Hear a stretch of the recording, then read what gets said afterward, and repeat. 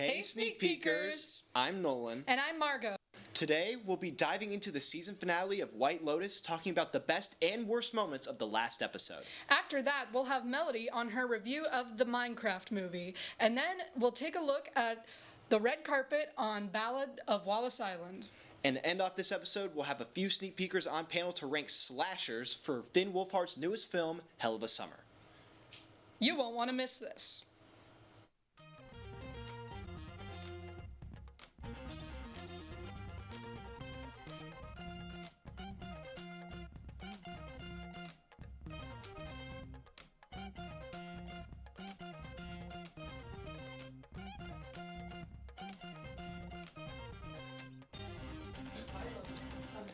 Starting off our news desk, we have some breaking news. Deadline is now reporting that Legendary is eyeing Robert Pattinson to play the antagonist Sintail in Dune Messiah. Robert would be joining Timothée Chalamet, Zendaya, Florence Pugh, and Jason Momoa in the third chapter of the Dune film franchise, which is set to film this summer. While it's not being reported if he's accepted the role, sources say that it would conflict with the expected shooting times for the Batman Part 2, meaning it might need to be delayed if he accepts. You mean if it's not already delayed? Again.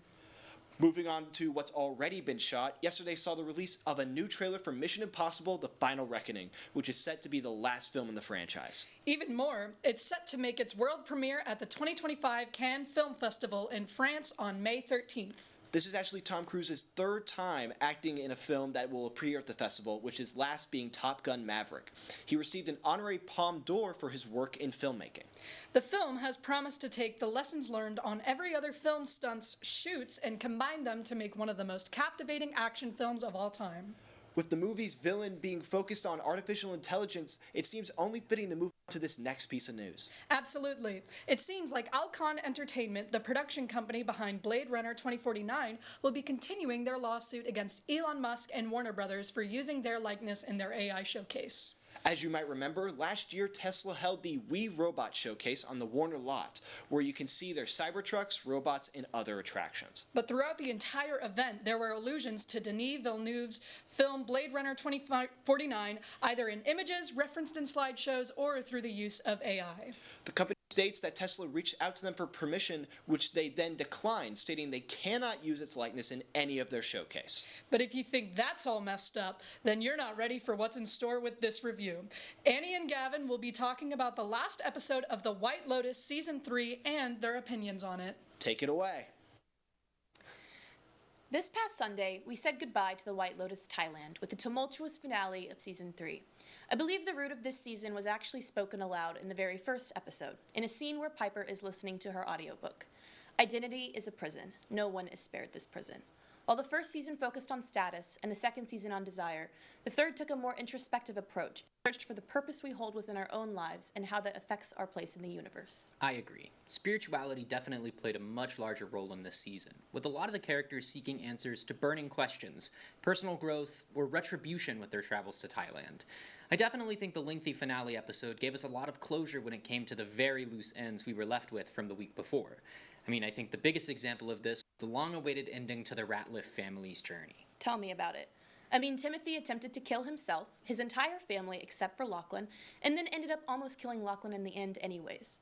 The Ratliff family dynamic was probably my favorite work by Mike White this season. It was extremely nuanced, and the way each sibling changed by the end was perfect. Piper realizing she does indeed want to live a rich life, Saxon realizing he doesn't want to be soulless anymore, and Lachlan's brush with death allowed him to see things differently. Timothy watching his son live through the poison protein shake also made him realize how important his family really was, despite their future financial hardships. I thought Chelsea and Rick's storyline was also very well done. The star-crossed lovers with a fate sealed from the very beginning. Very Shakespearean. Them dying together was hard to watch, but it felt destined to happen that way. I also thought that Laurie's monologue about friendship was brilliant. It would have been really easy to leave her and her friend's relationship in ruins by the end, but the honesty and attention given to the time these women have spent together gave us a much more satisfying ending for the three friends. And let's not forget Belinda's happy ending of an extra $5 million in the bank. But I will admit, it was hard to watch her do the exact same thing to Pornchai that Tanya did to her in Season 1. For all the good, there were a few disappointing moments. I felt like Greg's ending was a little underwhelming after his constant presence in the season. I also felt like the reveal of Rick's father either needed to have a bigger moment or be removed altogether since it happened so late. The ending with Valentine and the robbery also didn't really have much resolution, but I did like how it mirrored Lucia and Mia's success in the last season. I also really loved the cinematography throughout this entire season, especially in this finale episode. The intense visuals added a lot of overall uneasiness that really grew and expanded each episode. Especially the moment with Lachlan in the pool. I thought the visual representation of him returning to the water, which called back to the temple scene where Timothy asked about death, was extremely impactful. Overall, I really love this season, and I'm excited for the next one. Let us know where you think White Lotus Season 4 will be set, and any other predictions you might have at Sneak Peek TV on Instagram and YouTube. We'll be right back after this quick commercial break. Hey, have you got to see the Minecraft movie yet? No, I haven't played the game yet, so I don't want to get spoiled. Well, there's not really a plot to Minecraft. You kind of just unwind and build stuff to your heart's content. Sounds boring. I'll stick to the movie. Do you even like video games? Oh, I love Lana Del Rey. Just a review. Hey, what's up, Sneak Peekers? It's Melody, and yesterday I had the displeasure of seeing the Minecraft movie in theaters. Now, Minecraft is a sandbox game with a very simple premise. You mine and you craft. There is no overarching storyline or goals in Minecraft aside from the ones that you, the player, decide for yourself. Minecraft gives you complete creative freedom to do whatever you want with its game, whether that be exploring its endless landscape, getting lost underground mining for hours, building automated farms, or enslaving entire villages for level 4 enchantment books. Hey, it's all up to you. Being released in 2011, Minecraft has proven to be a timeless game, still remaining a staple of the gaming community to this day. But its gameplay did not strike me as the type to make a good movie adaptation. And guess what? I was right.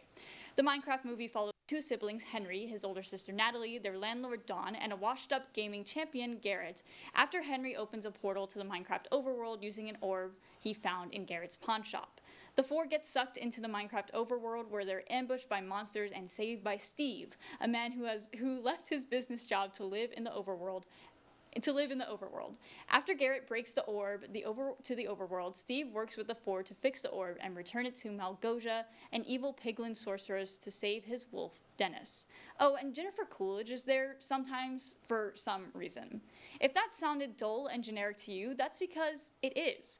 The Minecraft movie barely has a plot, and despite it being so simple, the story's structure and writing make it hard to follow. Characters get sidetracked and separated out of the blue, leaving viewers with multiple half-baked storylines to follow. And I'm gonna be honest here. Every time we moved away from Steve, Henry, and Garrett to Natalie and Dawn, or Jennifer Coolidge, who again is just there, I started dozing off. Natalie and Dawn have no motivations outside of getting home, and any character arc or conflict they do have just feels like an afterthought. There's this moment between Natalie and Dawn where Natalie worries over Henry being outcasted at his new school for his creativity, and Henry basically just spawns in out of literally nowhere to force a conflict between him and his sister. Like, where did he come from? And why did this happen in the first place? There is little continuity between each scene and even sometimes within scenes themselves, leaving every accomplishment or progress a character makes feeling empty and unrewarding. Not to mention, the dialogue here is just so unnatural. Natalie and Henry don't act like siblings, and Henry, quite frankly, isn't acting at all. His character is all about creativity and curiosity, and yet there is no spark behind his eyes, there is no driving force behind his creativity. He is just another nothing character in this nothing movie. The saving grace of this whole thing is, unsurprisingly, Jack Black just goofing off and being himself. And, well, also, Jason Momoa at least does a good job portraying Garrett, whose character is the only one with a true character arc in this movie. It's nothing revolutionary, but Momoa fully commits to portraying this friendless loser who eventually makes friends and moves on from his gaming champion golden years. At best, the Minecraft movie is another ironically funny video game adaptation that you can watch with your friends, maybe with a couple drinks. And at worst, this is just a 2017 Jumanji reskin that's just as unoriginal as that movie, but somehow even more disappointing because of what this movie could have been. Minecraft is a blank canvas, and it's been a conduit of creativity and community. People have made working computers, fully functioning libraries, and entire actual careers through this game.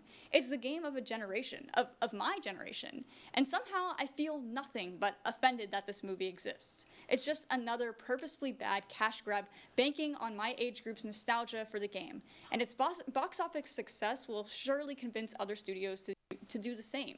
Producers and other execs, please, if you're out there listening, a sincere video game adaptation can be done, and I beg you not to let another Jack Black stock movie to see the light of day. And audiences, if you really want to watch a funny movie about a game with blocks, just go watch the Lego Movie instead. Anyway, that's all my thoughts on the Minecraft movie. Let me know your thoughts on the Minecraft movie at Sneak Peek TV. Back to the host. Hey, So, what did we learn from that? that I don't want to watch the Minecraft movie anymore, and the movies are dead because we killed them. Hey, don't say such blasphemy. There's still some good movies being made. The silence from Hollywood is deafening. Hey, maybe the cast of the Ballad of Wallis Island can convince you otherwise. Roll the carpet. Yes, we have, but I'm happy to have you both back. Harrison with me. Yeah, we can do a double interview. My questions for you is what intrigued you about this film in particular?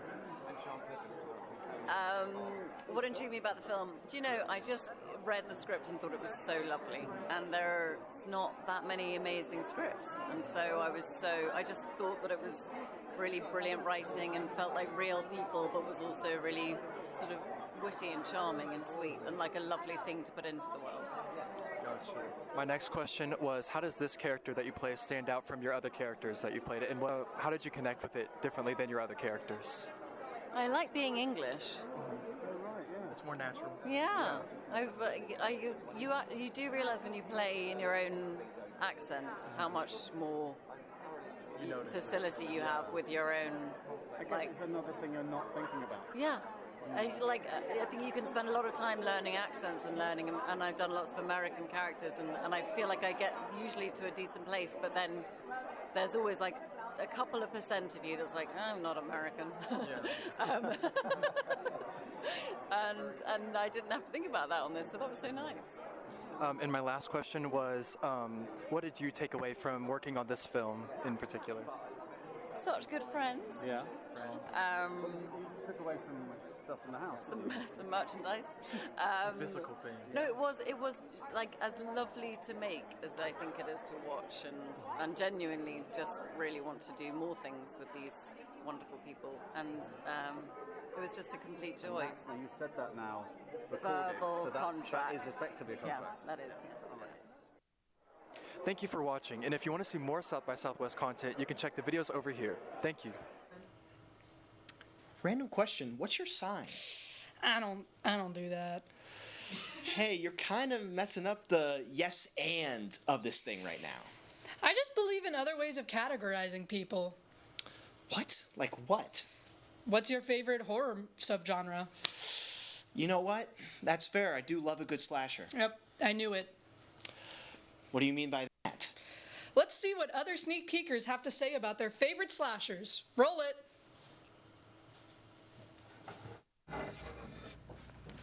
Hey, sneak peekers! Everybody, we got a wave today. Hey! I'm Gavin.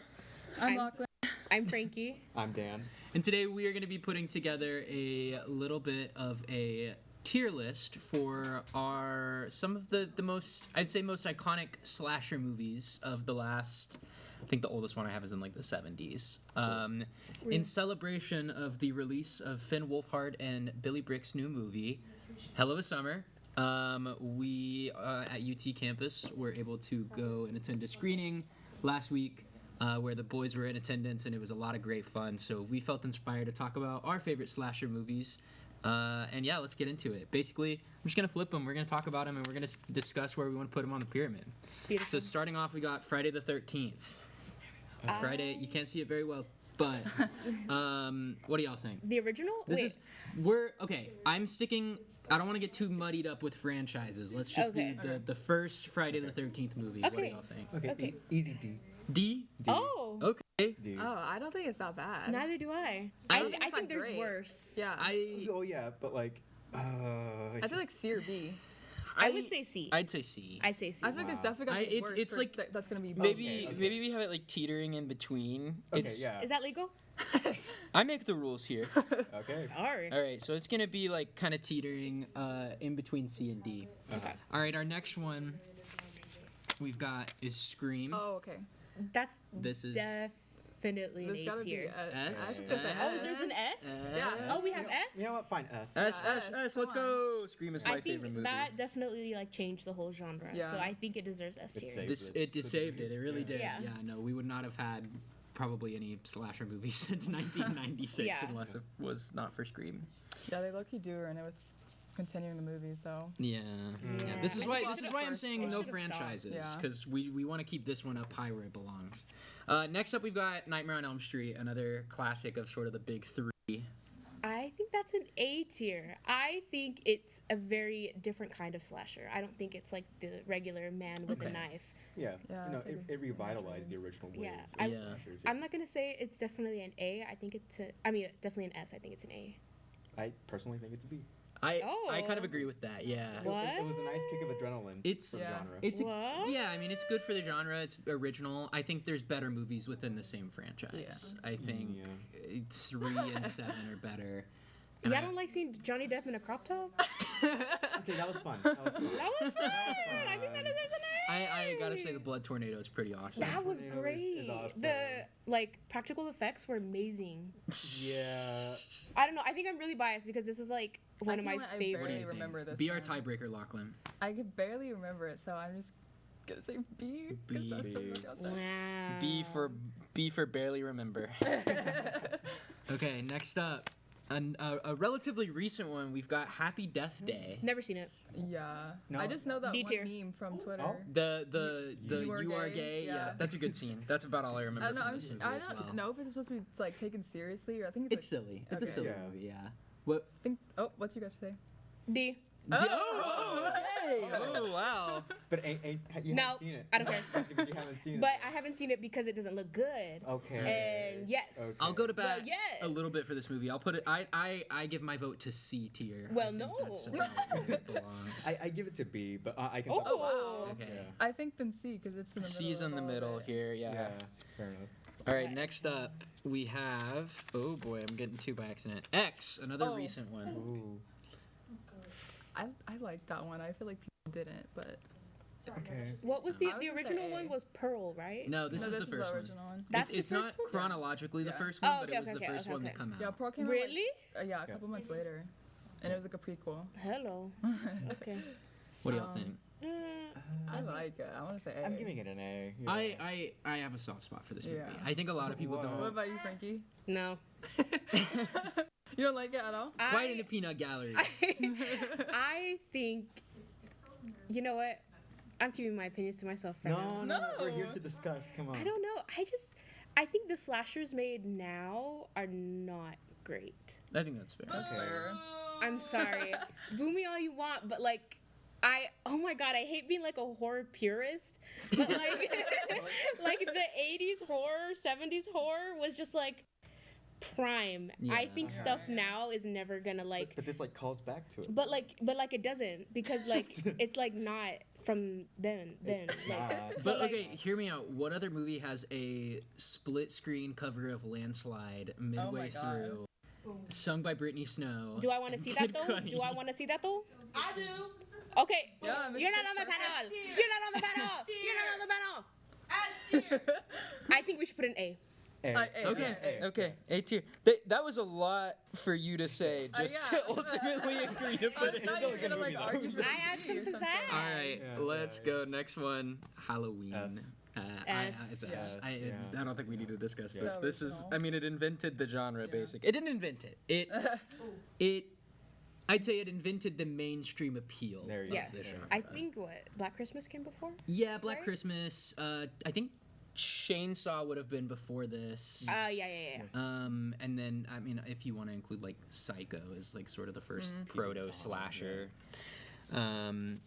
But speaking of, actually, we do have Black Christmas. Black Christmas is next. I have never S seen it. S tier. Yes. I don't- Viewers and audience members at home, if I'm ever gonna give you a recommendation for you to take away, it is Black Christmas. Directed. This was it Bob Clark? That's Don't his ask me. I don't I know. don't know. The guy who did The Christmas Story with Ralphie, Yeah. that guy. Yeah. Yeah, he also did Black Christmas, and this is like one of the best slashers ever made. One of the best movies ever made. Yearly tradition. It's for me. amazing. It is incredible. It's amazing. Glad we're all in agreement there. All right, next up. Okay, my tape is all sort of bungling together here. Child's Play. Oh. I have a soft spot for that. Oh, I can barely. Yeah, Y'all, I'm about to tear up. I have a soft spot for that. Hello. Okay, we can give it Yeah. S for that. It's not 70s. Who said that? It's 80s. It's 80s. This is, okay, wait. So what are I'm you giving it an A. An A. Okay. I think, yeah, A. Okay. I'm fine with A. I will say I think I prefer the second one, but the first one, it just the ultimate, like the reveal when Chucky starts like swearing at his mom. Oh, I quote It's that all the time. so funny. Oh, It's yeah. so good. Yeah, it's incredible. funny too. And I also just love like all of the shots of like Chucky POV, like when he's like running around Yeah. and stuff. I think the fact that it was like a lot more low budget than some of the other ones Yeah. really adds to the The charm. practical effects or like the like set design was Oh yeah, amazing. yeah. The So burnt Chucky at the end. Yes. Yeah. burnt And they Chucky. had to build like massive furniture for the little person actor, and I just It's incredible. amazing. Yeah. Chucky Amazing. scared me so bad when I was a Yeah. kid. Oh yeah, I was miserably scared of him. And speaking of being Oh miserably my- scared, no. let's go to Terrifier next. I've never Another seen that, and I never modern film. It's It is a film. it's a D. It's This is That- yeah, this is a that's D for me immediate as D. well. Yeah. It's nasty. It is Oh, that was cool. hard to watch. Really? But are you giving it a D? Like what I think my ranking is very skewed, so no. we'll keep it at a D. It's not Okay. 70s or 80s, so it can't be. It It's can't. It cannot go past B. okay. Wow. Okay. We've got two more. How are we doing on time there? As far as okay, we've got some time. We can really discuss these last two. I want to pull out the Texas Chainsaw Massacre. S. Dan's got his for Texas Texas. Chainsaw. S. Yeah, I mean I think this is an S for me as Mhm. well. This movie is so good. It like actually blows my mind every single time I watch it. By how much like the production design and like the cinematography of this thing Mhm. are just like unreal. And the symbolism and like the themes behind it and everything that was going on during the time it was made, I think, adds to the effect of the movie. Oh yeah. It's a masterpiece. It's so good, and there's just so much like funny bits about it too Yeah. that I think I love. Like the when they give Grandpa the hammer and they're trying to get him to like bash. It's so much like comedically absurd stuff like that. The dark that- humor of dark it all. humor of it. Yeah. And if this is straying a little bit before we get to our last one, but if any of y'all have not seen the Texas Chainsaw Massacre 2, Yeah. I would recommend that one if you enjoy the humor of the first one, because it is a lot more wild and off the rails and funny. Dennis humor Hopper based. with a chainsaw. Yeah, It's Dennis like- Hopper's got a chance. It's a lot, but it is a really good movie, and y'all should check it out. Wasn't it based on a real story, or am I crazy? Texas Chainsaw? Yeah. No, but they do include a little like opening preview. Or I think they say it's like loosely based on like Oh, Ed okay. Gein maybe. Oh, okay, yes. Very loose. Very Very Very loosely. I think just because he like has this skin stuff. Yeah. Or whatever. Yeah. But anyways, we can now move on to our last one, which is the entire reason that we're here. Hell of a Summer, directed by Finn Wolfhard and Billy Brick. How many of y'all actually have seen this, saw it? Our floor director is enthusiastically raising her hand. Come on in there. Come I've on in seen here. it and it's really good. It's really funny. You should definitely watch it if you like humor and slasher. Humor and slasher. That's a great way to put it. I personally would give this movie a solid B. No. I it's not no hate to this movie whatsoever. I do think it's really fun. It's awesome. It does feel very, I think, a little too much inspired by some of the ones up here. I think there's a little I bit. can see how it could become like a caricature. Kind Yeah, everything felt a little kind of stereotyped in some ways that sometimes worked and sometimes didn't for me. But overall, it was a very fun movie. I'd watch it again. Where's Y2K? Where's Y2K? Not on here because I haven't seen it, unfortunately. Y2K is Where's lit. Pearl? Well, we have X. Pearl is not a slasher. We have X on here. Anyway, sneak peekers, let's do one quick rundown of our tier list here. In the S tier, we've got Scream, Halloween, Black Christmas, and Texas Chainsaw Massacre, the 4 greatest slashes of all time. And then in A tier, we have got X and Child's Play. B tier is A Nightmare on Elm Street and Hell of a Summer. In C tier, we have Happy Death Day. Teetering kind of on the pirate ship plank in between C and D tier is Friday the 13th. And down all at the very bottom, all by its lonesome, is our little friend Terrifier. Thank you all so much for joining us here tonight on Sneak Peek. We will see you again next time, and thank you so much.